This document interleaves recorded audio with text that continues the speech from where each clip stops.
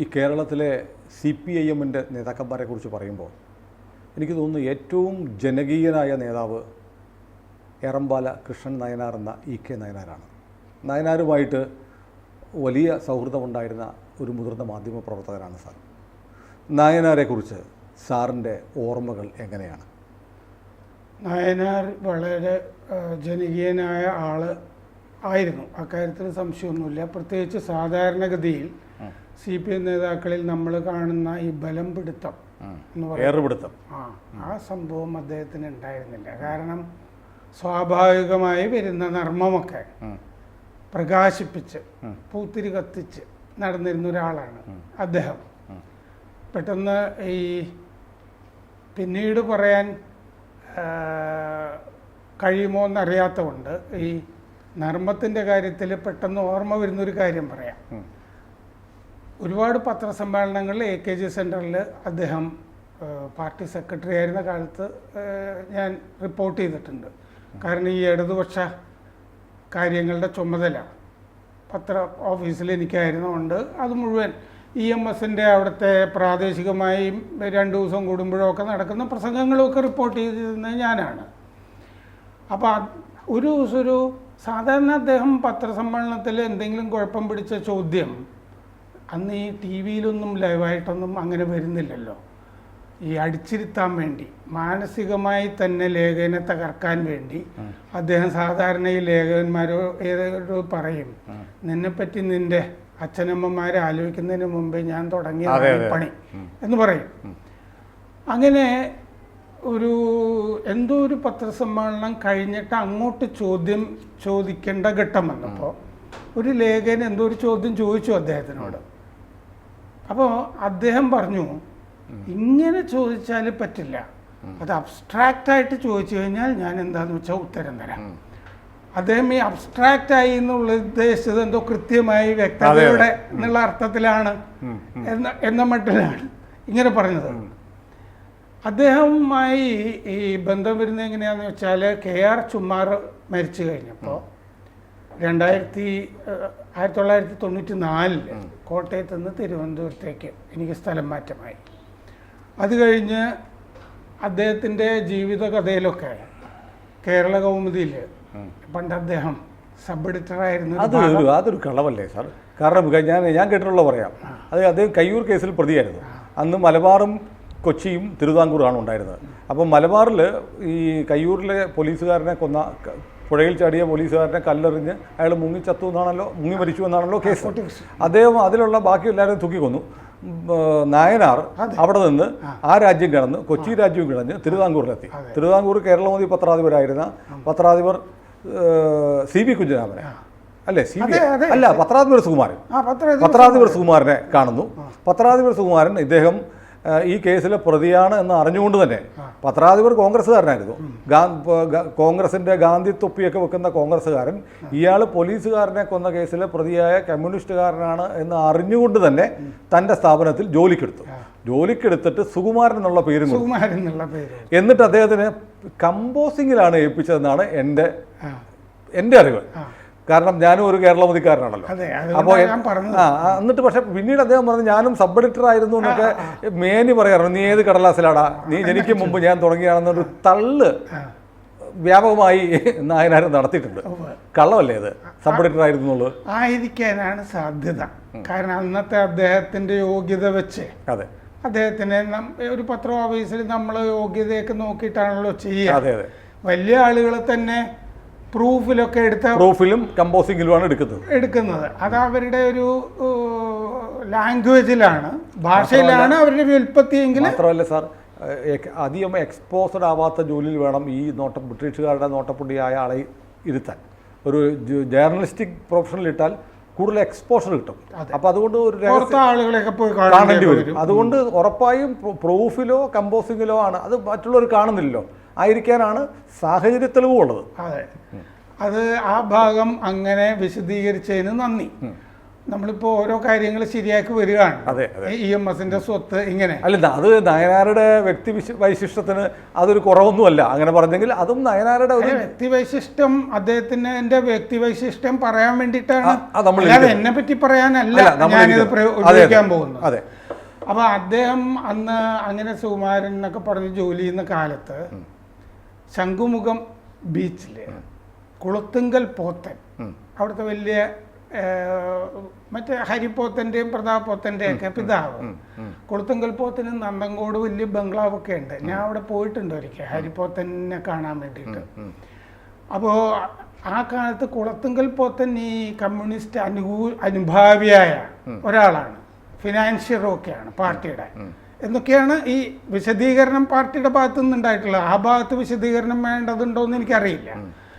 അപ്പോൾ കുളത്തുങ്കൽ പോത്തനുമായിട്ട് ഒന്നും രണ്ടും പറഞ്ഞിട്ട് ഒരു ഫിസിക്കൽ ഫൈറ്റ് ഇവർ തമ്മിൽ ഉണ്ടായതായിട്ട് ഒരു സ്ഥലത്ത് ഞാൻ വായിക്കുകയോ കേൾക്കുകയോ ചെയ്തിരുന്നു. നയനാരുമായിട്ട്. നയനാർ നല്ല സൈസാണ്. അപ്പോൾ ഒരിക്കൽ ഇത് മലയാള മനോരമയുടെ ഞായറാഴ്ച പതിപ്പിന് നല്ല ഫീച്ചറായിരിക്കുമല്ലോ എന്ന് വിചാരിച്ചിട്ട് അപ്പോൾ നായനാര് സെക്രട്ടറി ആയിരിക്കുമ്പോൾ മിക്കവാറും ഞാൻ ഈ ഉച്ചയ്ക്കൊക്കെ പോയിട്ട് തിരിച്ച് ഓഫീസിലേക്ക് വരുമ്പോൾ അന്ന് സ്കൂട്ടറിലാണ് AK സെന്ററിലൊന്ന് കയറും, ആരൊക്കെ ഉണ്ടെന്നൊക്കെ നോക്കി മുകളിൽ സെക്രട്ടറി ഇരിക്കുന്ന കസേരയിൽ ആർഭാടമൊന്നുമില്ല. ഇന്നത്തെ AK സെന്റർ അല്ല, പിൽക്കാലത്ത് ഈ പിണറായി വിജയൻ സെക്രട്ടറി ആയ ശേഷം ഞാൻ അദ്ദേഹത്തിനെ കാണാൻ പോയിട്ടുണ്ട്. അന്ന് അവിടെ സോഫയും ഒക്കെ വന്ന് ഒരു സംവിധാനങ്ങൾ കോർപ്പറേറ്റ് MNC ലെവലിലേക്ക് മാറ്റമൊക്കെ വന്നിട്ടുണ്ടായിരുന്നു.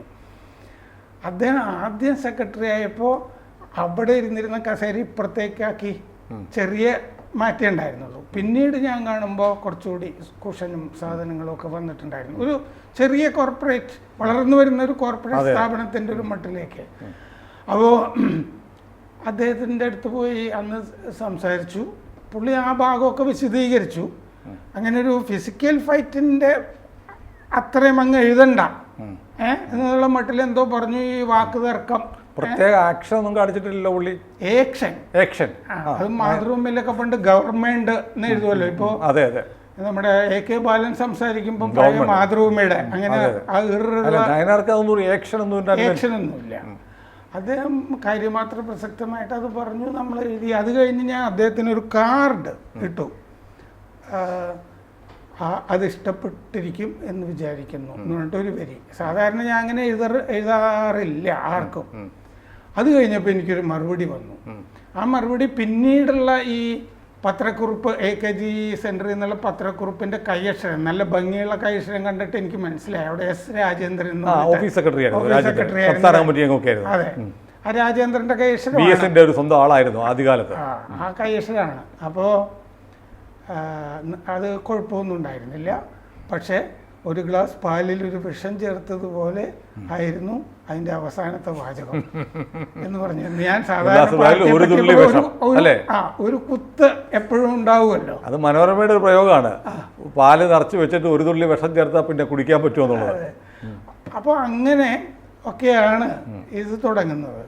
അത് കഴിഞ്ഞ് ഞങ്ങള് ഈ 6 മാസത്തേക്ക് ആളുകൾക്ക് പങ്ക്തി കൊടുക്കുന്ന ഒരു പരിപാടി മനോരമയിലുണ്ട്. ഓരോരുത്തർ ആ എഡിറ്റ് പേജിൽ അത് 6 മാസത്തേക്ക് ഉണ്ടാവുള്ളൂ. കുറെ കഴിയുമ്പോൾ ബോറടിക്കും. ചിലർ ആദ്യം തന്നെ ബോറായിരിക്കും. അപ്പൊ പിന്നെ എപ്പോഴെങ്കിലും ഇത് നിർത്തണമല്ലോ. അതുകൊണ്ടാണ് ഒരു കാലപരിധി വെച്ചിരിക്കുന്നത്. അപ്പോൾ അങ്ങനെ അദ്ദേഹത്തിന്റെ കോളത്തിന്റെ പേര് അത് ചൊവ്വാഴ്ചകളിലാണ് വന്നിരുന്നത്.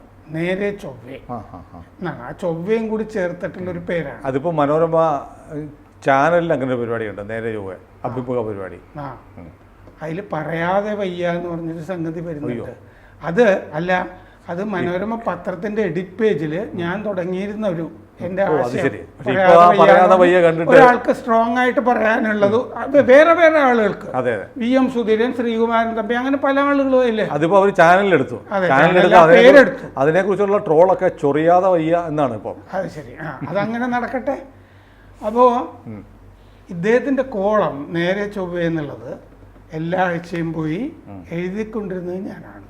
ആ പങ്ക്തി അതിൽ എന്റെ നല്ല അടുപ്പമുണ്ടായിരുന്നു. ആയി കാണുമല്ലോ ഈ 6 മാസം കൊണ്ട്. അതെയല്ലോ. അപ്പൊ എന്റെ കോൺട്രിബ്യൂഷൻ അതിൻ്റെ അകത്ത് മിനിമം ആണ്. എഴുതുന്നു, അദ്ദേഹം കുറേ കാര്യങ്ങൾ പറഞ്ഞു തരുന്നു. പക്ഷെ അതിന് മുമ്പ് നമ്മളിപ്പോൾ സുനിലിൻ്റെ കൂടെ സംസാരിക്കുമ്പോൾ രണ്ടുപേരും സംസാരിക്കുമ്പോൾ ഒരു ഹയർ ഇൻ്റലിജൻസ് വരുന്നതാണല്ലോ അഭിമുഖ സംഭാഷണങ്ങളുടെ വ്യവസ്ഥ.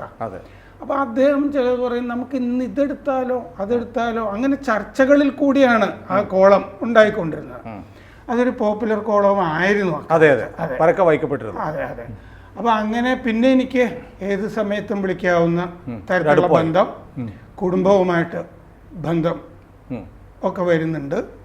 സാർ ഒരു രഹസ്യം ചോദിക്കട്ടെ, സാറിൻ്റെ കേരള കമ്മ്യൂണിസ്റ്റ് പാർട്ടിയുടെ ചരിത്രം എഴുതുന്ന പുസ്തകം ഉണ്ടല്ലോ, 64 വരെയുള്ള ചുറ്റിക, നക്ഷത്രവും ചുറ്റികയും. ഞാൻ പരമ രഹസ്യമാണ് ചോദിക്കുന്നത്. അപ്പോൾ അതിനകത്ത് ഒരുപാട് പാർട്ടിക്കകത്ത രഹസ്യങ്ങളുണ്ട്. നായനാർ പറഞ്ഞു തന്നതാണോ? ഞാനൊരു രഹസ്യം പറയട്ടെ, നായനാർ പറഞ്ഞു തന്നതല്ല. എന്നെ നിരാശനാക്കി കളഞ്ഞു. അതെ, എനിക്ക് വേറെ ഒരുപാട് ആളുകൾ പറഞ്ഞു തരാനായിട്ടുണ്ട് പാർട്ടിക്കകത്ത്. അത് അവരെന്തോ അങ്ങനെ പശ്ചാത്തലം ഉണ്ടെന്നും നായനാരുമായിട്ട് സൗഹൃദം ഉണ്ടെന്നും അവർ ഈ ഇടതു മുന്നണിയിലൊക്കെ എന്നോട് ചന്ദ്രചൂഡൻ പറഞ്ഞിട്ടുണ്ട്. വെറുതെ ഈ ശരിക്കുള്ള ആക്ച്വൽ ചർച്ചയ്ക്ക് പോകുന്നതിന് മുമ്പ് പല കാര്യങ്ങളും ചർച്ച ചെയ്യും, പത്രപ്രവർത്തകരെ പറ്റിയൊക്കെ ചർച്ച ചെയ്യും. അപ്പം നമ്മുടെ ആളാണ് എന്നൊക്കെ എന്നെ പറ്റി പറയും എന്നൊക്കെ ചന്ദ്രചൂഡൻ എന്നോട് പറഞ്ഞിട്ടുണ്ട്. അപ്പോൾ അവരുടെ കൂട്ടത്തിൽ ഒരാളായിട്ടൊക്കെ കൂട്ടി അതിന്റെ ഗുണം കിട്ടിയിട്ടുണ്ട്. എന്തായാലും പുസ്തകം ഗംഭീര പുസ്തകമാണ് അല്ലേ? പുതിയ എഡിഷൻ വന്നു അല്ലേ? പുതിയ എഡിഷൻ അതിന്റെ വന്നിട്ടുണ്ട്. അത് അതിന് ബാക്കി എഴുതുന്നുണ്ടോ സാർ? ബാക്കി എഴുതണമെന്ന് ആഗ്രഹമുണ്ട്. ആ ബാക്കി എഴുതാനുള്ള രേഖകളും എൻ്റെ കയ്യിലുണ്ട്. മനോരമയിൽ തന്നെ ചെങ്കൊടി പുതച്ച കലഹം എന്ന് പറഞ്ഞിട്ട് പാലക്കാട് സംസ്ഥാന സമ്മേളനത്തിന് ശേഷം കുറെ ഭാഗങ്ങൾ വന്നിട്ടുണ്ട്, 12 അധ്യായം. അത് തന്നെ എടുത്താൽ ഈ രണ്ടാമത്തെ ഭാഗത്തിന് കുറെ ആവും മെറ്റീരിയലായി. ധാരാളം പി ഗംഗാധരനെ പുറത്താക്കിയത്, പിന്നെ നമ്മുടെ NK മാധവന്റെ ധാരാളം പാർട്ടി രേഖകൾ എൻ്റെ കയ്യിലുണ്ട്. മറ്റതിനു വേണ്ടി തന്നെ ശേഖരിച്ച പാർട്ടി കത്തുകളും ഒക്കെ. അല്ല, നമ്മുടെ പ്രേക്ഷകരും പറയുന്നുണ്ട് ഒരു കമ്മ്യൂണിസ്റ്റ് പാർട്ടി സബ്ജക്റ്റ് വിഷയ വിദഗ്ധനാണെന്ന്. നല്ല അർത്ഥത്തിലാണ് പറഞ്ഞത്. അതെ, ആ കാര്യം പറയുമ്പോൾ എനിക്ക് അതിലുള്ള നിരാശ, ചാനലൊക്കെ മുമ്പ് എന്നെ വിളിച്ചുകൊണ്ടിരുന്നപ്പോൾ ഈ കാര്യം പറയാൻ വേണ്ടി മാത്രമാണ്. എനിക്കിതാണ് അറിയാവുന്നത്. എനിക്കിതിനേക്കാൾ താല്പര്യമുള്ള കാര്യങ്ങൾ ധാരാളം ഉണ്ട്, ആത്മീയ വിഷയങ്ങളും. അതാണല്ലോ ഇപ്പോൾ നമ്മൾ നമ്മുടെ ചാനലിലൂടെ ചെയ്തുകൊണ്ടിരിക്കുന്നത്. അപ്പോൾ സാറിന് എന്തും പറയാവുന്ന ചാനലാണ് ഇപ്പോൾ ABC. അപ്പോൾ അന്ന് ഈ ഇതിനു വേണ്ടിയിട്ട് അദ്ദേഹത്തിന് ഈ കോളം എഴുതാൻ സ്ഥിരമായി കാണുന്നുണ്ട്. അത് കഴിഞ്ഞ് ഈ ബന്ധം വളരുന്നുണ്ട്. നിങ്ങളുടെ ഊഷ്മളമായ ബന്ധത്തിൻ്റെ 1-2 കഥകളോട് പറഞ്ഞാൽ നമുക്ക് ഇതിൻ്റെ ആദ്യ ഭാഗം ഇവിടെ അവസാനിപ്പിക്കാം. അപ്പോൾ അതിൽ പറയാനുള്ളൊരു കാര്യം, അദ്ദേഹം സെക്രട്ടറി ആയിരുന്ന കാലത്ത് അങ്ങനെ എന്നോട് കോട്ടയത്ത് ഓഫീസിൽ നിന്ന് പറഞ്ഞു, നേതാവിൻ്റെ കൂടെ എന്ന് പറഞ്ഞ സംഭവം, അത് രാമേന്ദ്രൻ പോകണം നായനാരുടെ കൂടെ എന്നെന്നോട് നിർദ്ദേശിച്ചു. നമ്മുടെ മുകളിൽ നിന്ന്, മനോരമയിൽ നിന്ന്. അങ്ങനെയാണ് അത് അവിടെ ഓരോരുത്തരെ നമ്മളായിട്ട് അങ്ങോട്ട് പോയി ഒന്നും ആവശ്യപ്പെടാറില്ല. അപ്പോൾ ഞാനത് നോക്കിയപ്പോൾ അന്ന് ആറന്മുളയിൽ പിന്നെ MV രാഘവനാണ് മത്സരിക്കുന്നത്. MV രാഘവനാണ് ആറന്മുളയിൽ മത്സരിക്കുക എന്നുള്ളത് ഞാൻ മനോരമയിൽ നേരത്തെ എക്സ്ക്ലൂസീവായിട്ട് പറയുകയും ചെയ്തിരുന്നു.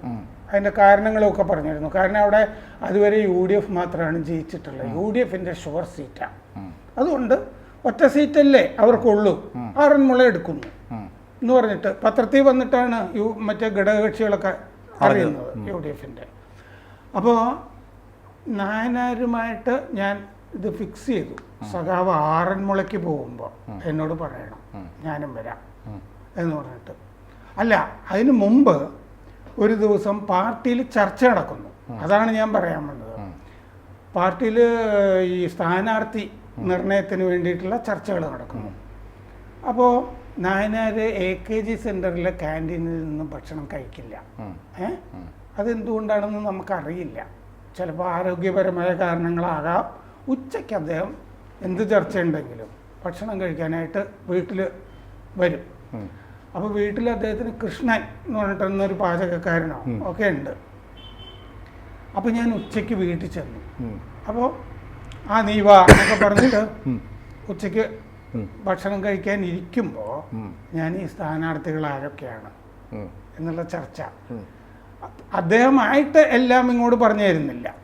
ഇന്ന മണ്ഡലത്തിലാരാണ്, ഇന്ന മണ്ഡലത്തിലാരാണ്, സുരേഷ് കുറുപ്പ് സ്ഥാനാർത്ഥിയായിരിക്കുമോ, ഇങ്ങനെ അങ്ങോട്ട് ചോദിക്കുമ്പോഴാണ് അദ്ദേഹം പറഞ്ഞു തരുന്നത്. അപ്പോൾ ഞാൻ ചോദിച്ചു ആറന്മുളയിൽ ആരാണ്, അപ്പൊ അതിനു മുമ്പ് കടമ്മനിട്ട സ്ഥാനാർത്ഥി ആയിരിക്കുമോ എന്നൊരു സംഗതി കടമ്മനിട്ടെ കണ്ടിട്ട് ഞാൻ എഴുതിയിട്ടുണ്ട്, ഒരു പ്രോബബിൾ കാൻഡിഡേറ്റ് എന്നുള്ള നിലയ്ക്ക്. അപ്പോൾ ഇദ്ദേഹം എന്നോട് പറഞ്ഞു VS ചന്ദ്രശേഖര പിള്ള ആയിരിക്കും അവിടുത്തെ ജില്ലാ സെക്രട്ടറി. അപ്പോൾ ഞാൻ ചോദിച്ചു അല്ല കടമ്മനിട്ടെ ആയിരിക്കില്ലേ നല്ലത് എന്ന് വെറുതെ ചോദിച്ചു. അതൊരു പോയിന്റാ എന്ന് പറഞ്ഞു പുള്ളി. എന്നിട്ട് പുള്ളി പോയി. അത് കഴിഞ്ഞ് പിന്നെ ഞാൻ അന്വേഷിച്ചപ്പോൾ കടമ്മനിട്ടയാണ്. അപ്പോൾ അന്നിങ്ങനെ ഈ പേരുകളുടെ കൂട്ടത്തിൽ ആ എക്സ്ക്ലൂസീവും ചെയ്തു. കടമ്മനിട്ട ആറന്മുളയിൽ ഇന്ന ആളുകൾ, സുരേഷ് കുറുപ്പ്, ശിവരാമൻ, ഇങ്ങനെ ചില ആളുകൾക്ക് സീറ്റില്ല എന്നോ ഒക്കെ അതിൻ്റെ കൂടെ ഉണ്ട്. അങ്ങനെ ചെയ്തു. ഇതിലിപ്പോൾ എൻ്റെ ഇതൊന്നും അവകാശപ്പെടാനില്ല. ഇങ്ങനെ പല അനുഭവങ്ങളും ഉണ്ട് എനിക്ക്. ഒരെണ്ണം ഞാൻ പറഞ്ഞു എന്ന് മാത്രമല്ല, അല്ലാതെ കടമ്പനിട്ടേ ഞാൻ സ്ഥാനാർത്ഥിയാക്കി അവകാശവാദമൊന്നുമില്ല. നമുക്കൊരു നിർദ്ദേശം നമ്മൾ വെക്കുന്നു, അവരാക്കാം, ആക്കാതിരിക്കാം. പലപ്പോഴും നമ്മൾ മാധ്യമ പ്രവർത്തകർ എന്ന നിലയിൽ നമുക്ക് അടുപ്പമുള്ള ആളുകളോട് സംസാരിക്കും, നമ്മുടെ ചില സജഷൻസ് പറയാറുണ്ട്. ചിലപ്പോൾ ഒത്തുവരും, ചിലപ്പോൾ ഒക്കില്ല. അതെ. അത് കഴിഞ്ഞിട്ടാണ് ഈ കാരണങ്ങളൊക്കെ കൊണ്ട് പിന്നെ അദ്ദേഹം ആറന്മുളയ്ക്ക് സഞ്ചരിക്കുമ്പോൾ ഞാൻ കൂടെ പോവുകയാണ് അദ്ദേഹത്തിൻ്റെ. അപ്പോൾ ആ പത്തനംതിട്ടയുടെ അതിർത്തിയിൽ വെച്ചിട്ട് ചന്ദ്രശേഖരപിള്ള നായനാര്. അപ്പോൾ അങ്ങോട്ട് പോകുമ്പോൾ നായനാരുടെ ഈ കാർ CM ആണോ? അല്ല, പാർട്ടി സെക്രട്ടറി. അപ്പോൾ അങ്ങോട്ട് പോകുമ്പോൾ രണ്ട് കാര്യങ്ങൾ അതിൽ ശ്രദ്ധിച്ചത്, അദ്ദേഹം ഈ ഹിന്ദുവിൽ വരുന്ന പേപ്പർ ക്ലിപ്പിങ്ങൾ, അദ്ദേഹത്തിന് പ്രസംഗത്തിലൊക്കെ പറയാനുള്ള കാര്യങ്ങൾ ഇങ്ങനെ വെട്ടി ഇങ്ങനെ പൊക്കത്തിലാക്കി വെച്ചിട്ട് റബ്ബർ ബാൻഡ് ഇട്ട് വെച്ചിരിക്കുകയാണ്. അത്യാവശ്യം പൊക്കമൊക്കെ ഉണ്ട്, ക്ലിപ്പിങ്ങൾ. അതൊക്കെ നോക്കി കൂടുതൽ ഇംഗ്ലീഷാണ് അദ്ദേഹം വായിച്ചിരുന്നതെന്ന് വേണം കരുതാൻ, ക്രെഡിബിലിറ്റിക്ക് വേണ്ടി. ദേശാഭിമാനി വേണ്ടെന്ന് വെച്ചിട്ടുണ്ടാകാം. അതിനിടയ്ക്ക് നൈസായിട്ടൊന്നും സത്യം പറയുന്ന പത്രം അദ്ദേഹത്തിന് തോന്നിയിട്ട് അല്ല, ഹിന്ദുവും മറ്റേ ഇംഗ്ലീഷ് ദേശാഭിമാനി പത്രമല്ലേ. അതെ. അപ്പോൾ അദ്ദേഹം അത് അങ്ങനെ വെച്ചിട്ടുണ്ടായിരുന്നു. പിന്നെ ഈ കാറിൻ്റെ അകത്ത് അദ്ദേഹത്തിൻ്റെ പ്രസംഗങ്ങളുടെ കാസറ്റ് ഇട്ടിരുന്നു. അന്ന് ആ കാസറ്റിൻ്റെ കാലഘട്ടം. അപ്പോൾ വിചിത്രമായിട്ട് ഈ കാറിൻ്റെ അകത്ത് ഈ കാസറ്റ് നായനാർ നടത്തുന്ന പ്രസംഗം തന്നെയാണ്, വേറെ എവിടുത്തെയോ പ്രസംഗം. അത് കേട്ടുകൊണ്ടാണ് ഞങ്ങൾ യാത്ര ചെയ്യുന്നത്. അപ്പോൾ ഞാൻ എഴുതുമ്പോൾ അതിൽ പറഞ്ഞിരുന്നു, ആ നായനാർ പ്രസംഗിക്കുന്നത് ഈ നായനാർ കേട്ടുകൊണ്ടിരുന്നു എന്നൊരു വാചകം ഉണ്ടായിരുന്നു. അതൊരു വല്ലാത്ത വാചകമാണെന്ന് അടുത്ത കാലത്ത് ഈ സോമനാഥ് പറഞ്ഞിരുന്നു. അത് വല്ലാത്തൊരു വാചകമായിപ്പോയി. ആ യാത്രയ്ക്ക് എനിക്ക് മനോരമയുടെ അകത്ത് ആഭ്യന്തരമായ അവാർഡുകളുണ്ട് എല്ലാ മാസവും, അതതിന് കിട്ടുകയും ചെയ്തിരുന്നു. അങ്ങനെ ആണ് ഈ ബന്ധം വളരെ. അപ്പോൾ അവിടെ അതിർത്തിയിൽ വെച്ച് ചന്ദ്രശേഖരപിള്ള സ്വീകരിച്ചു. ഓ, ഇതാരാണ് ചോദിച്ചു. അപ്പോൾ ഇതാണ് രാമചന്ദ്രൻ. ഇന്ദിര എന്നുള്ളത് ഇന്ദ്ര, സ്വതസിദ്ധമായ ഒരു ശൈലിയാണ്. അതെ. ഓ, നമ്മുടെ ആളാണല്ലേ എന്ന് ചന്ദ്രശേഖരപിള്ള ചോദിച്ചു. ഞങ്ങൾ പോയി അവിടുത്തെ ഗസ്റ്റ് ഹൗസിൽ ഉച്ചഭക്ഷണമൊക്കെ കഴിച്ച് അത് കഴിഞ്ഞ് പ്രസംഗത്തിന് പോകുന്ന എനിക്ക് തോന്നുന്നു റാന്നിയിൽ രാജു, മുമ്പ് ദേശാഭിമാനി ലേഖനൊക്കെ ആയിരുന്ന രാജു മാത്യു, അതെ അതെ, താടിയൊക്കെ ഉള്ള താടിക്കാരൻ, അദ്ദേഹം സ്ഥാനാർത്ഥിയായിരിക്കും. ശരിയാണ്. അദ്ദേഹം ഒരു കാലത്ത് ഇപ്പൊ കാണുന്നില്ല അദ്ദേഹം ഇളവിൽ പെട്ടില്ല എന്ന് തോന്നുന്നു. കുറെ തവണ 3 തവണ മറ്റേ തുടർച്ചയായിട്ട് പലതവണ തുടർച്ചയായിട്ട് ജയിച്ചിട്ട് ഇളവിന്റെ അപ്പുറത്തേക്ക് ഇളവ് കൊടുക്കണ്ടെന്ന് പറഞ്ഞിട്ട് പല ആളുകളെ ഒഴിവാക്കി. തോമസ് ഐസക്കൊക്കെ ശൈലജയും ഒഴിവാക്കാൻ ശ്രമിച്ചിരുന്നു. പിന്നെ അവർ ഫൈറ്റ് ചെയ്തിട്ട് വീണ്ടും സ്ഥാനാർത്ഥിയാവുമായിരുന്നു. അപ്പോൾ അതിന് പോയപ്പോൾ ഞാൻ ശ്രദ്ധിച്ചത് അദ്ദേഹം സത്യത്തിൽ അത്ഭുതകരമാണ്. അത് അവരുടെ ഒരു അനുഭവത്തിൽ നിന്നായിരിക്കും. അദ്ദേഹം പ്രസംഗത്തിൽ ക്രൈസ്തവമായ ബിംബങ്ങൾ, കാര്യങ്ങൾ അതൊക്കെയാണ് പ്രയോഗിക്കുന്നത്. 30 ചില്ലിക്കാശിന് ഒറ്റക്കൊടുത്ത യൂദാസല്ലേ അവൻ, റാന്നിയാണല്ലോ. റാന്നിയാണല്ലോ. അപ്പൊ അതൊക്കെ മാർപ്പാപ്പയെ കാണാൻ പോയപ്പോ അദ്ദേഹം പോപ്പിന് കൊടുത്തത് ഭഗവത്ഗീതയാണ്. അതെ അതെ അതെ. പോപ്പ് അതെങ്കിലും വായിച്ച് നന്നാകട്ടെ എന്ന് വിചാരിച്ചിട്ടുണ്ടാവും. പക്ഷെ നമ്മുടെ ഹിന്ദുത്വ പക്ഷെ സ്വീകരിക്കട്ടെ. നരേന്ദ്രമോദിയാണ് ഇന്ന് കൊടുത്തിരുന്നെങ്കിൽ ഇവിടെ കിടക്കപ്പുറതി ഉണ്ടാവില്ലായിരുന്നു. അപ്പോൾ അത് വെച്ചിട്ട് നമ്മൾ മാതൃകയായിട്ട് നരേന്ദ്രമോദി പോകുമ്പോൾ കമ്മ്യൂണിസ്റ്റ് മാനിഫെസ്റ്റോയുടെ കോപ്പി കൊടുക്കാൻ ശ്രദ്ധിക്കണം. അതാണല്ലോ അതിൽ നിന്ന് നാം പഠിക്കുന്നൊരു പാഠം. അപ്പം അങ്ങനെ അതിന് പോയി സാർ ഞാനൊരു കാര്യം കേട്ടെ, നമുക്കിപ്പം ഇത് ഇന്നത്തെ നയനാർ എപ്പിസോഡ് നമുക്ക് വൈൻഡപ്പ് ചെയ്യണം. നമുക്ക് വീണ്ടും സംസാരിക്കണം. നയനാർ ഒരു 20 മിനിറ്റിലോ 25 മിനിറ്റിലോ ഒതുങ്ങുന്ന ഒരു പ്രതിഭയല്ല. കേരള രാഷ്ട്രീയത്തിലെ ഒരു അമാനുഷനായ അതുല്യ പ്രതിഭയാണ്. അസാമാന്യമായ ഒരു പ്രസൻസും ഉണ്ടായി. അതാണ് കാരണവരുടെ അതുകൊണ്ട് അദ്ദേഹത്തെ മാത്രമല്ല, ഇന്ന് പലർക്കും ഇല്ലാത്ത ഒരുപാട് ക്വാളിറ്റികൾ ഉണ്ടായിരുന്ന മനുഷ്യരാണ്.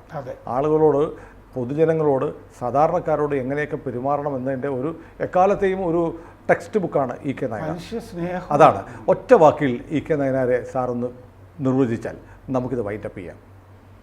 അദ്ദേഹം ശരിക്കും ആദ്യകാലത്ത് ഈ AKG, ഇദ്ദേഹം KA കേരളീയൻ, KPR ഗോപാലൻ, അങ്ങനെ സർദാർ ചന്ദ്രോത്ത്, P നാരായണൻ നായർ, P കൃഷ്ണപിള്ള തുടങ്ങിയ, ഞാനതിൽ EMS ഉൾപ്പെടുത്തുന്നില്ല, ഈ ജനങ്ങൾക്കിടയിൽ പ്രവർത്തിക്കുന്ന, ബുദ്ധി കൊണ്ടല്ലാതെ ഹൃദയം കൊണ്ട് ജനങ്ങളുമായി സംവദിക്കുന്ന ഒരു ശ്രേണിയുണ്ടല്ലോ, ആ ശ്രേണിയിലെ ഒരു പിതൃസ്വരൂപമായിരുന്നു നായനാർ. ഒരേ ഒരു നായനാർ. നമ്മൾ വീണ്ടും സംസാരിക്കും നായനാരെ കുറിച്ച്. കൂടുതൽ വാർത്തകളും വിശേഷങ്ങളും നിങ്ങളിലേക്ക് എത്താൻ ABC മലയാളം സബ്സ്ക്രൈബ് ചെയ്യുക, ബെൽ ബട്ടണും അമർത്തുക.